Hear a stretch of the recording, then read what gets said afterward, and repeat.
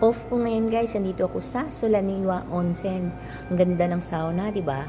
Sobrang kaka-relax, lalabas ang pawis. Dahil day off ko, ipamper ko naman yung sarili ko. Andito ako ngayon sa onsen. Ang ganda dito guys.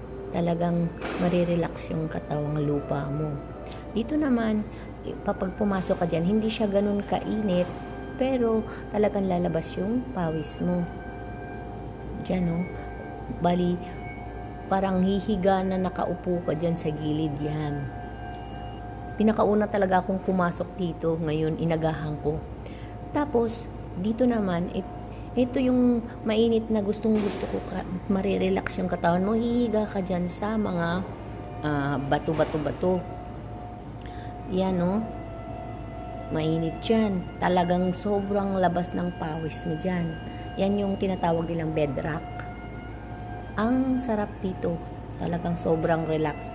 Dito naman sa kabila, mainit din dyan, pero hindi gaano.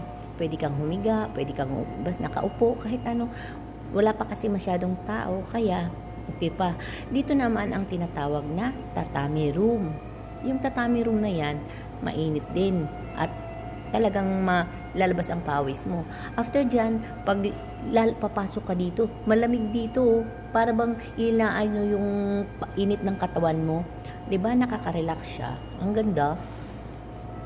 Talagang sulit ang ibabayad mo. Kahit medyo pricey siya, pero ang sulit.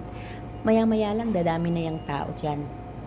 Ako kasi, nauna kasi ako inagahan ko kasi para humaba-haba naman yung iaano ko sa sarili ko.